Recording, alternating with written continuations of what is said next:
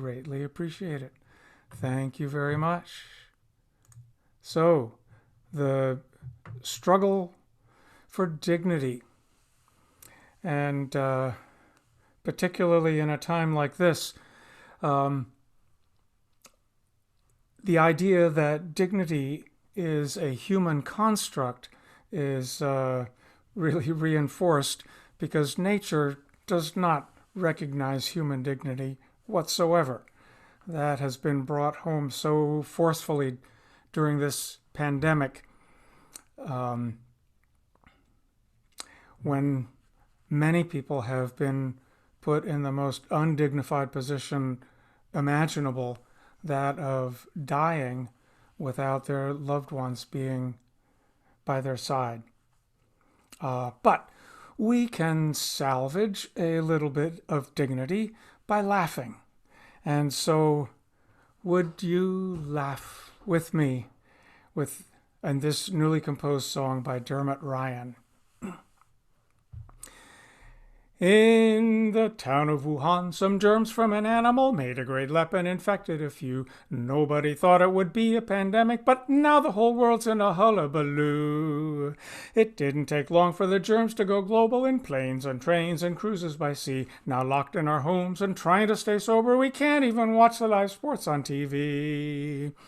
6 long months in isolation, 6 long months doing nothing at all. 6 long months in isolation, this lockdown is driving me right up the wall. I tried to go out, got sent back in again. I went out again, straight back in again. Sick to death of this social distancing, finish the lockdown for once and for all. Now the experts say to keep 2 meters distance and never to gather in couples and groups. And eating at home is a feckin' disaster. I'm fat as a fool eating pasta and soups. Now in the UK, the virus was active. It got the Prime Minister in number 10. I hope Boris Johnson recovers completely so that we can call him a dickhead again. 6 long months in isolation, 6 long months without toilet roll. I wish to God that I had constipation because I got nothing for wiping me hole. I tried to go out, got sent back in again. I went out again, straight back in again. Sick to death of this social distancing, finish the lockdown for once and for all. Now Trump took it lightly, there's no need to panic, we're under control, sure 'tis only a flu. He finally did what he promised his voters, America first in this virus too. And we need another verse here. 3 long years with Trump as president, 3 long years doing nothing at all. Talking shite and blaming China while Mexico begs him to finish the wall.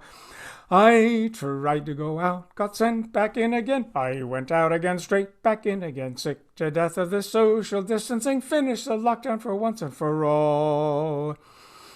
Now the end is in sight, the curve it is flatter, but lifting the lockdown is yet to be seen. Washing your hands and wearing a mask is the only solution to COVID-19. 6 long months in isolation, the planet has never looked greener before. But back to the grind to pay off the mortgage. The world, it just won't be the same anymore. There you are. Thank you. Thank you. So I will not spend any time much talking about a culture in which there are a number of people, in fact many people, who feel that they can only achieve dignity by stealing from other people. And that's whether with a 6-gun or with a fountain pen, as many are wont to do in these times.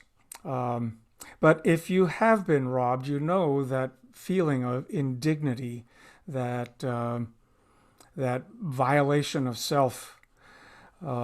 This song, the victim of robbery, cleverly turns the tables on the robber and reclaims his dignity. I got this from the singing of Packy Menace Byrne. There once was a young man, his name it was John, hired with a farmer in the county Tyrone. On the fair day of Claddie the farmer took unwell, so he sent John to the market with a cow for to sell. Rattly-rang-do-a-da-dee-do-a-da-doo-a-dan. And you're welcome to join in on that chorus. John drove the cow away out of the barn, and off to the fair he instantly ran. He hadn't gone so far till he met two dealing men, who soon bought the cow, and they paid him there and then. Rattly-rang-do-a-da-dee-do-a-da-doo-a-dan. Then into an alehouse John went for a glass, his feet for to rest and an hour for to pass. Where will I hide the money? To the landlady he did say, or where will I hide it? Oh, tell me, I pray. Rattly-rang-do-a-da-dee-do-a-da-doo-a-dan.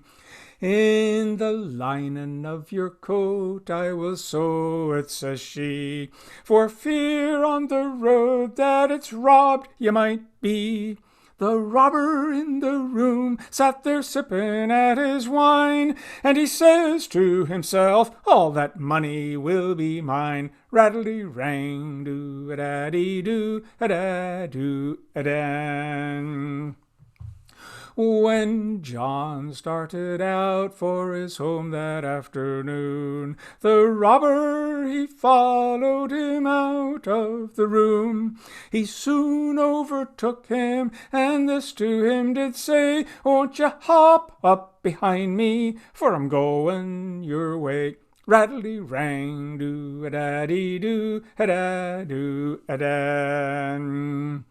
They hadn't gone so far till the robber turned about. A bright gleaming pistol he then quickly drew out. Deliver up your money without either grief or strife, or at this very moment I will take your sacred life. Rattly-rang-do-a-da-dee-do-a-da-doo-a-dan. Then John was afraid if he tried to refuse, and feared for his life. There was no time to lose. From the lining of his coat he tore the money out, and among the green grasses, well, he scattered it all about. Rattly-rang-do-a-da-dee-do-a-da-doo-a-dan. Well, that highwayman, he quickly jumped down from his horse, not thinking that it might be all to his loss. As he gathered up the money that he found among the grass, John hopped into the saddle and rode off with his horse. Rattly-rang-do-a-da-dee-do-a-da-doo-a-dan. The farmer's wee daughter saw John a-comin' home, and quick into her father she quickly went. "Arra, John," said the farmer, "tell me why did you swap? Or how did me cow turn into a horse?" Rattly-rang-do-a-da-dee-do-a-da-doo-a-dan. "Oh, indeed, then," says John, "it's the truth I will unfold. I was stopped on the road by a wee highman bold. As he gathered up your money that I threw among the grass, just to make you amendment, sure I brought home his horse." Rattly-rang-do-a-da-dee-do-a-da-doo-a-dan. When the saddlebag was opened, it was found for to hold 500 bright guineas in silver and gold, a bright pair of pistols, and the farmer he did vow, saying, "John, me young fellow, whoo, you're the boy can sell a cow." Woo! Good man, John, the clever farmer. Thank you. As I mentioned before, I see these numbers here, and I'm delighted that so many of you are watching and participating. I can only see a number, though, so if you want to let me know that you're here, scroll down, and on the right-hand side is a chat that you can contribute to, and let me know that you're here. I'd love to see your name, even though I can't see your face. Sorry. Now, there are whole groups of people who have had their dignity stolen from them, either culturally or legally. Those groups have historically struggled time and again to regain their dignity. This song that I got from Patty Graber of Vancouver, BC, tells a story about someone who was part of not a minority, but an actual majority of the world whose dignity is frequently violated. It's a woman, and she is treated as an object in the beginning of this song. And again, she turns the tables very craftily and regains her dignity, plus some other valuable things as well. Come, listen a while, and I'll tell yous a story of three jolly gentlemen riding along. They met with a fair maid, and to her they did say, "We fear this cold morning would do you some harm." "Oh, no, kind sir, you're surely mistaken, to think this cold morning would do me some harm. But there's one thing I crave, sir, it lies twixt your legs, sir. If you give me that, well, it will keep me warm.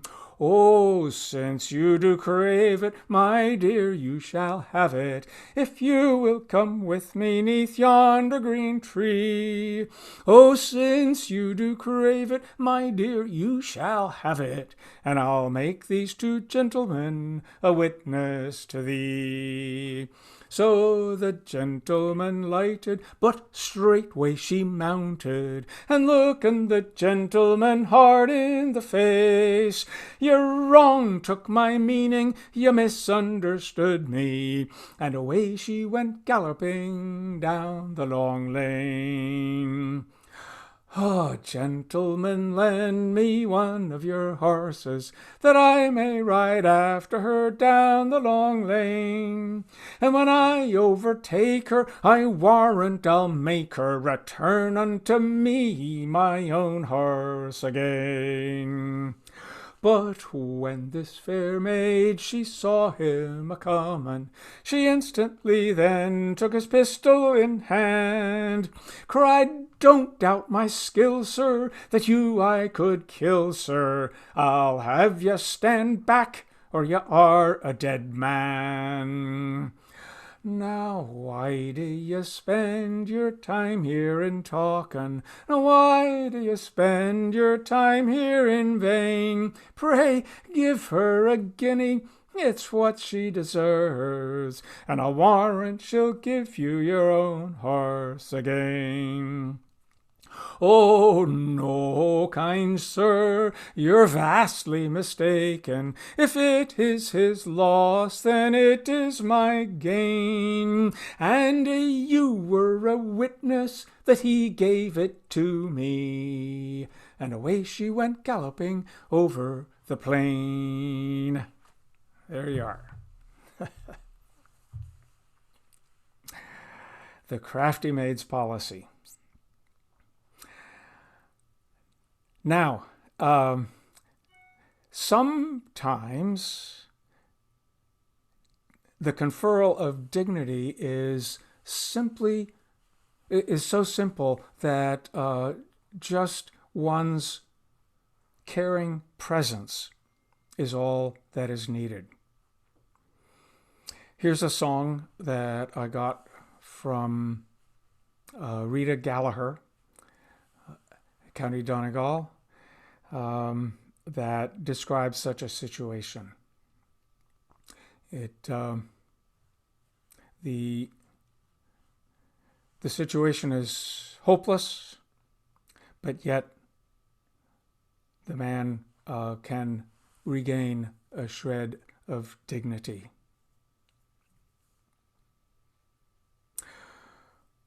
All alone to the banks of the dark rolling Danube, fair Adelaide did roam when the battle was o'er.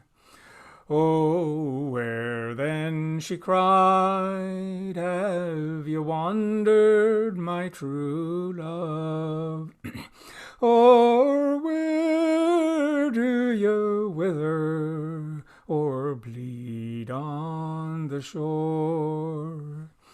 She travelled while the tears her eyes dimming, through the dead and the dying she roamed far and near, till she found by the river, all bleeding and dying, by the light of the moon, her poor wounded Azar. From his bosom, which heaved, the last torrent was streaming, and pale was his visage, deep marked with a scar, and dimmed was the eye once expressively beaming, that had melted in love or kindled in war. How sad was poor Adelaide's heart at the sight, and how bitterly she wept o'er the victim of war. Have you come then, he cried, this last sorrowful night, for to cheer the loved heart of your poor wounded Azar. Thou shalt live yet, she cried, heaven's mercies relieving. Each anguishing wound shall forbid me to mourn.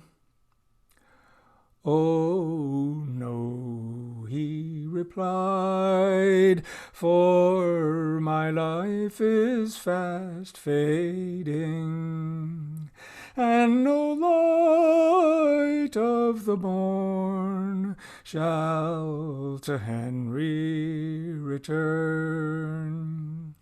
Thou charmer of beauty, beauty, ever loving and kind. Take my love to my babes who do mourn me from afar.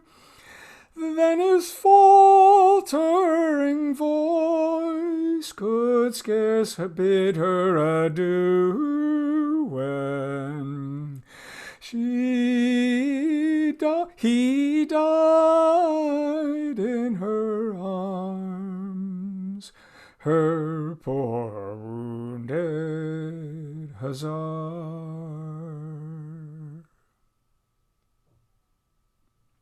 There. Thank you. The Wounded Azar. Probably from the Crimean War. That last song showed a very simple way to offer dignity. But there are other ways that are much, much more complex.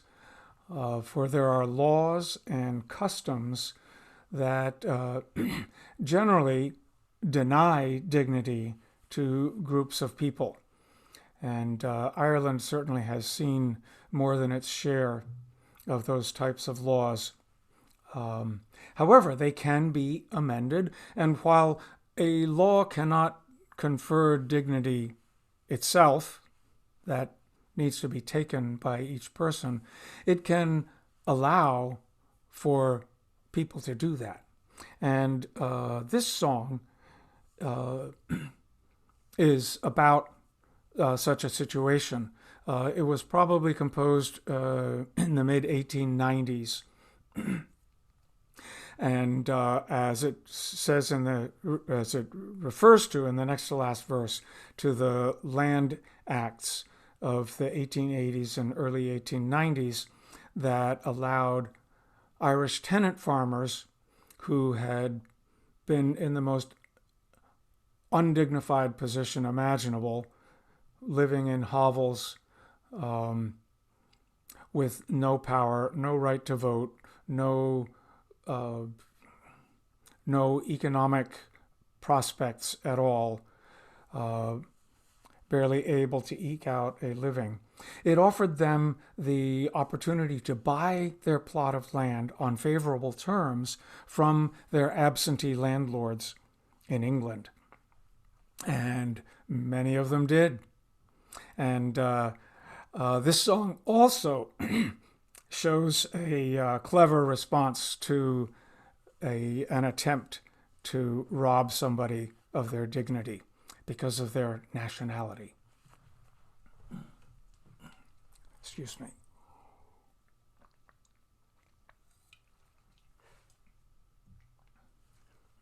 I got this from Tom Munnelly. I remember we were sitting in Marinen's pub one summer back in the 1980s. Pat Malloy was an Irish boy, and he lived in County Clare. He said he'd go to London to see what sights were there. He'd often heard that London was a very pretty place. And be damned, says Pat, I'll go and see if that be the case. Oh, it may fall that it'll die, oh, rye fall the day. Now when Paddy went to London, he was taken by surprise. The sights of that grand city fairly dazzled Paddy's eyes. One day as he was going down the street, meditating to himself, he met with a ragged cockney and a donkey selling Delft. Wit may fall that it'll die, oh, rye fall the day. Now this damned old ragged cockney would not let poor Paddy past. He said, "Speak to your brother," and he pointed to the ass. "I thought, me man," says Paddy, "that I had no brother here." But turning round he whispered something in the donkey's ear. "It may fall that it'll die, oh, rye fall the day." Now, when Pat was speaking to the ass, now, boys, what did he do? He dropped a pebble in his ear. He did, be damned, 'tis true. That ass ran mad, upset the cart, broke all the earthenware. And this damned old cockney, he ran crazy, clean and clear. It may fall that it'll die, oh, right fall the day.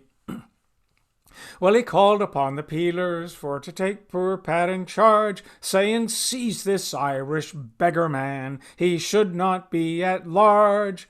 Begone, you English spalpeen, now, says Paddy with a smile. You took me for an ass because I came from Erin's Isle. Oh, it may fall that it'll die, oh, right fall the day. Well, to stand before the magistrate he had to appear next day, and asked what all the crimes he'd done, and what he had to say. Well, to tell the truth, says Paddy, I'm accused of more than I did. He said, speak to your brother, and I did as I was bid. Oh, it may fall that it'll die, oh, right fall the day. That's nonsense, cried the magistrate. You know that ass ran mad. Well, I do indeed, says Paddy, and I'm sorry to be dad. Be careful, cried the magistrate, I want no nonsense here. But come and tell me every word you whispered in his ear. It may fall that it'll die, oh, right fall the day. Oh, that I will, says Paddy, your request I'll not refuse. You've often heard that donkeys are very fond of news. I thought I'd say a word or two, the ass's heart to cheer. And now I'll tell you every word I whispered in his ear. It may fall that it'll die, oh, right fall the day. They say that now in Ireland we have our wrongs redressed. All noble-hearted Irishmen no longer are oppressed. We've got rid of all the landlords, Ireland to ourselves we have. And when this donkey heard the news, by heavens, he went mad. It may fall that it'll die, oh, right fall the day. Well, the magistrate, from laughing, he had to grip his head when he looked at poor old Paddy, and he thought of what he'd said. And turning round to Paddy, saying, a clever boy you are, and for your clever answer I dismiss you from the bar. Oh, it may fall that it'll die, oh, right fall the day. There you are. Thank you. Thank you. I have 2 songs left, but before I get to that, just a reminder to drop your name in the chat down below on the right-hand side. If you scroll down, say something so that I know you're here. And if I'm quite pleased to sing these songs and do this concert just for my own pleasure and yours too. If, however, you are interested in dropping a tip in the tip jar,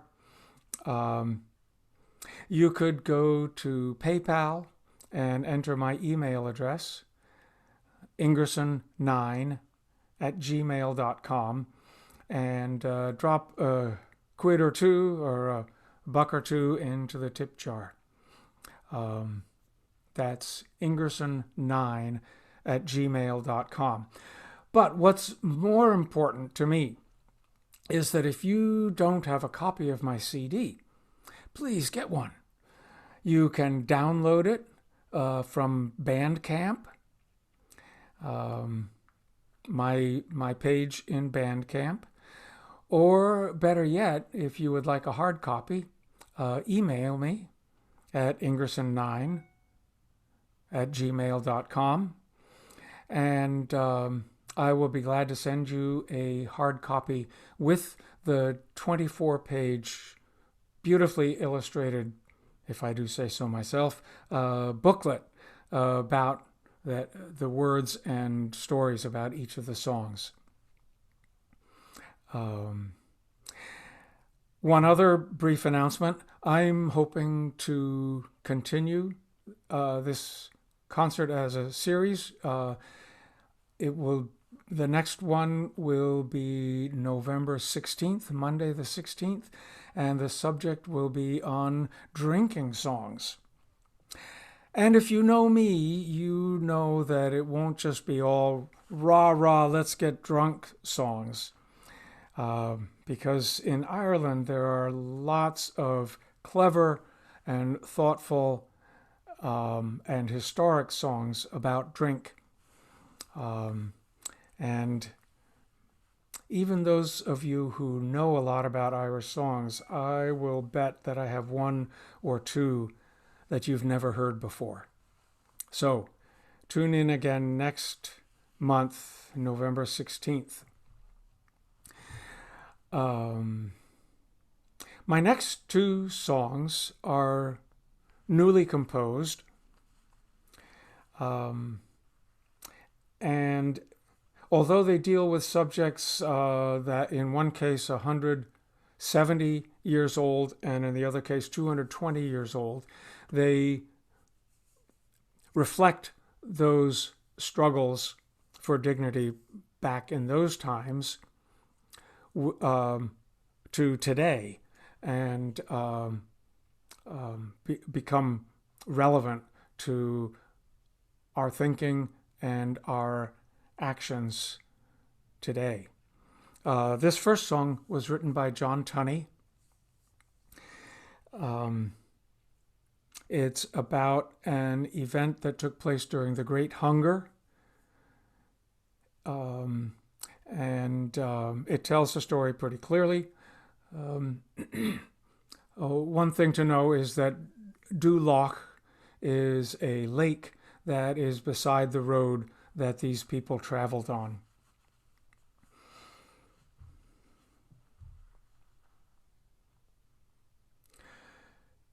You have heard them speak about Mozambique and of Africa's famine tide, of how drought and greed, of which few take heed, had consumed a continent's pride. And while millions cry, 10,000s die, and our government takes no stand. But the story I'll tell's of a similar hell that happened in our own land. Early spring in Black 49, the country was on the rack. Day and night relentless blight had consumed the tatty crop, and while cattle and grain were exported to Spain, and food lay piled in stores in Mayo South and round about, the people they perished in scores. Crowds were gathered in Louisburg, hoping for some relief. 'Twas said that the poor law guardians could end their piteous grief. These gentlemen kind were meeting to dine in Delphi, 10 miles away. Women, children, and men, 600 strong, set out on that fateful day. Crossing the Glen Keane in full flood, some fell by the riverside, and going along the mountain track, still more collapsed and died. Exhausted and weak, Scarce able to speak, they thronged into Delphi town, and waited in mass for some food or a pass to enter the workhouse grounds. After his meal of fine wine and veal, the guardian addressed them all. There is no food here, and I greatly fear no room within the workhouse walls. So you'll all have to go, hail, rain, or snow, and to your homes go back. Dismayed and afraid, despair in their hearts, they set out upon the track. Like harvest sheaves or autumn leaves, they fell dying along the road. And when dark came on, the snow came down, the night was bitter cold. Going along the cliff, the wind it was stiff, driving on the blinding sleet. Hundreds were swept into Duloch's depths, the horror beyond belief. Next day the relieving officer had a terrible sight in store. With bodies strewn along the route and littering Duloch shores, whole families dead for want of being fed, and injustice a cry and shame, a forgotten sign to our own times, when we witness the very same. For from the Sudan to Afghanistan, famine victims they cry in need. And a nation like ours that knows this curse must surely take the lead. So remember that walk, and remember Duloch.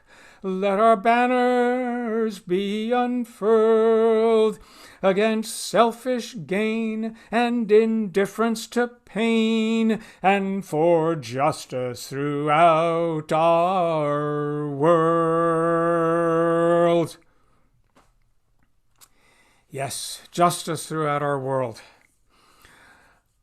And I can't think of anything more demeaning and undignified than starving while somebody near you had plenty of food, which was the case in Ireland during the Great Hunger. If you had money, there was plenty of food to be had. Unfortunately, a significant minority, to the tune of millions of people, did not live in the money economy and starved. So my last song deals with the uprising in 1798, when the United Irishmen rose up against the English colonialists. And the United Irishmen were united Protestants and Catholics together, who understood that they had a common enemy, the English overlords. Would that we could see that today, that our common enemy is not a government or another country or another group of people like us, but rather our financial overlords today, are the top 1/10 of 1%.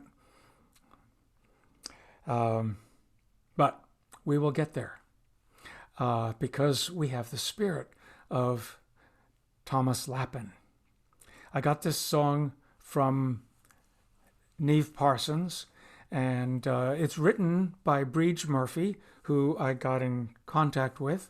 She grew up and lives in South Armagh, only an ass's bray from where these events took place 220 years ago.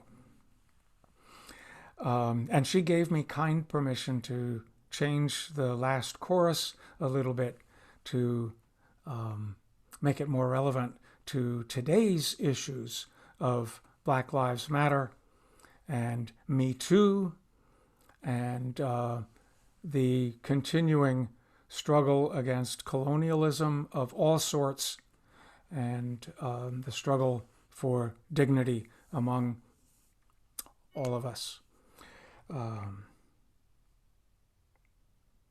Goes like this. 'Twas the year before the Rising in 1798, when Lappin the blacksmith befell his sad fate, tortured and slain by the crown's cruel hand, for the forging of pikes in defense of his land. And the neighbors they met by the old market stone, where they pieced out their linen, their plans to disguise. But the crown's Captain Farnan, he maintained her vile ways, with the promise of silver to sweeten his spies.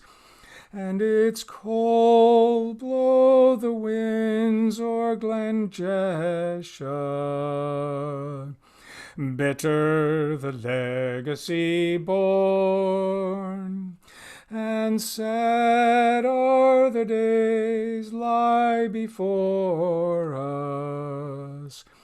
Our brave Thomas Lappin is gone. The yeomen, they came in the dead of the night. Farnan took pride in his task. They dragged out poor Lappin, and the neighbors all knelt and prayed for his soul as they passed. They tortured and flogged him, his comrades to name, and for 3 days their blows he defied. His screams from the barracks at Belmont rang out. At the end of the 4th day he died. And it's cold blow the winds o'er Glen Jesha, bitter the legacy born, and sad are the days lie before us. Our brave Thomas Lappin is gone. And the people despaired that their cause it was lost, as they laid him by Erney's sweet stream.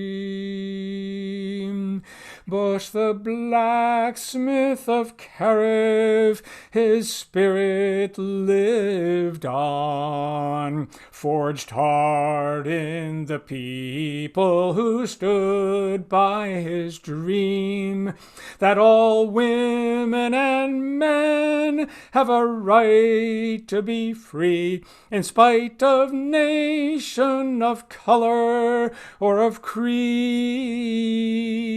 Each woman and man as all equal should be. As you cut down the flower, you will scatter the seed. and the winds are ever blowing o'er Glen Jesha. But hope is now the legacy that's born, and contentious are the days that lie before us. But the spirit of Thomas Lappin lives on. The seeds of Lappin's flower are scattered and sown. There you are. Thank you. And may those seeds take root and blossom and bear fruit all around the world. So, thank you for watching and listening, and for your part in the struggle for dignity as well. And let me leave you with a question. What can you do? What more can you do to help the seeds of Thomas Lappin's flower blossom and bear fruit? And thank you very much.